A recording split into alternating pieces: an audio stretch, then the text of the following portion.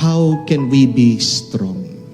Paano ba maging matibay at matatag? Dahil concern nating lahat yan eh. Dumadaan tayo minsan sa buhay na tayo'y naghihina. There are days that we want to give up, especially when we confront our problems, especially when we remember the debts that we need to pay, especially when we remember the loss in our families, the death of our loved ones, especially when we remember how uncertain our future is. Anong mangyayari sa akin, anong mangyayari sa aking pamilya, nakakapanghina.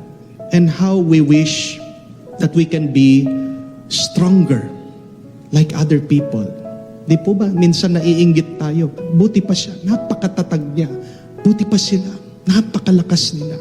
Paano din ako magiging matibay at malakas? Paano ako magiging mas matatag?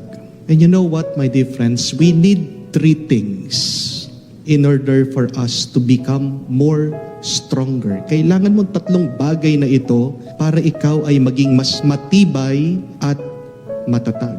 First one, kailangan mong maging matigas ang iyong ulo. Hard-headed. Father, di ba masama yun? Opo, madalas sinasabihan natin yung mga bata, tigas naman ang ulo mo. O sinasabihan natin yung mga ayaw magbago, mga nalulong sa bisyo. Ang tigas-tigas ng ulo niya, Father. Sinabihan na namin, ayaw pa rin magbago, ganyan pa rin.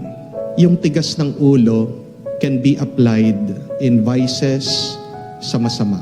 Pero bakit hindi natin subukan i-apply, gawin para sa mabuti, para sa pagpapakabanal ng ating pagkatao at kaluluwa? Hindi po ba? At anong ibig sabihin ng matigas ng ulo? You have a strong resolve. You are committed. Pag matigas ang ulo mo, kahit anong sabihin nila, wala kang pakialam. Pag matigas ang ulo mo, yung gusto mo, yun yung mangyayari. Pag matigas yung ulo mo, paglalaban mo, kahit ano. Di ba may kasabihan, sa taong gusto, maraming paraan. Sa taong ayaw, maraming dahilan. Bakit napakatibay niya? Bakit napakatatag niya? Bakit napakalakas niya? Kaya niyang lampasan lahat ng problema? Kasi yan yung gusto niya. Strong people have this strong desire and they will go and get it no matter what. Walang problema sa kanila, anumang maging hadlang, walang makakapigil sa kanila. Ask yourself, what do you really want in your life? At yan yung itanim mo sa iyong isip. Tigasan mo ang ulo mo at sabihin mo, ito ang gusto ko. Kung kayang gawin ng mga masasamang tao na maging matigas ang ulo, bakit hindi natin gawin din tayong mga may pangarap sa buhay na gusto nating mapabuti ang ating buhay at ang buhay ng ating mga pamilya? Walang masama kung matigas ang iyong ulo, lalong-lalo na kung ito ay para sa iyong pangarap. Walang masama kung matigas ang iyong ulo, lalong-lalo na kung ito ay makakapagpabuti sa iyo at sa ibang tao. Pero pangalawa, kailangan mo din ng malambot na puso. In order to be strong, you need to have a big heart. What does that mean? You need to love what you do. You need to love that dream and that purpose. Fear can motivate us, pero yung takot agad nawawala. Ano yung nagtatagal? Pagmamahal. And there is a great power with love. Do not underestimate the great power of love. Meron po mga kwento tungkol sa mga magulang. Pag nakikita nila ang kanilang mga anak ay nasa panganib, lumilitaw po yung kanilang supernatural na lakas. Ang tawag po dyan, adrenaline. Meron pong isang nanay na nung naipit yung kanyang anak sa kotse, napakalakas ng nanay, nabuhat po niya. Meron pong tatay, nakikita niya, nahuhulog yung kanyang anak, napakabilis. Nasagip niya ang kanyang anak. Saan nanggagaling yung lakas na yon ng magulang sa pagmamahal sa kanilang mga anak. Ngayon, alam mo na ang rason bakit nangihina ka. Kasi nawawala na yung pagmamahal mo. Di ba? Pag nawawala na yung pagmamahal mo sa asawa mo, pag nawawala na yung pagmamahal mo sa pamilya mo, tayo nanghihina. Anong magpapalakas sa atin? Ating puso, ang ating pagmamahal. Have the heart. Have a strong love. Malambot ang puso, puno ng pagmamahal. Yan na nagpapatibay sa atin. Yan na nagpapalakas sa atin. Pero pangatlo, at kahuli-hulihan, kailangan mo din magkaroon ng malaking pananampalataya. A strong faith. What does faith mean? It means you believe that nothing is impossible. Pag naniniwala ka na walang imposible, sige lang, lalakas ka, lalaban ka. Pero kung sa umpisa pa lang, sinasabi mo, hindi mangyayari yan. Di ba? Nanghihina ka na. Anong ibig sabihin ng faith, ng pananampalataya?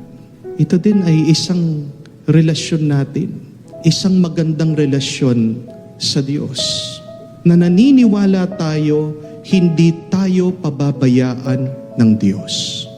And if you have a good relationship, you will have great strength.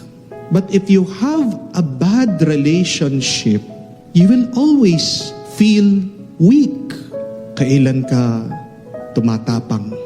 Kailan ka nagkakaroon ng lakas? Kung alam mo, meron kang kasama. Kailan ka napanghihinaan?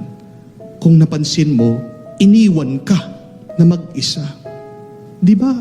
Kakayanin natin ang anuman suliranin. Kung alam natin, sama-sama tayo. Meron kang kasama, meron kang katuwang. Kaya nga napakahalaga po ng pananampalataya eh.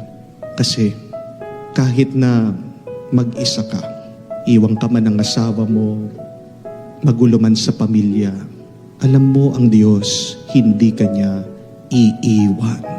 Have that great faith. You will have that strength every day. And you would achieve the impossible.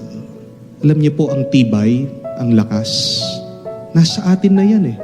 Binigay na ng Diyos sa atin. God has already graced us with strength. Anong kailangan natin gawin? We need just to discover it within ourselves. Kailangan mo lang makita. Kailangan mong gisingin at kailangan mo pang palakasin. You need to enhance it. Huwag mong hanapin sa labas. Huwag kang mainggit sa ibang tao na mas malakas kesa sa iyo. Kasi the good news is, my dear friends, you are already strong. We are already strong. We just need to believe it. We just need to remember it. We only need to feel it. It is already here. God has graced us.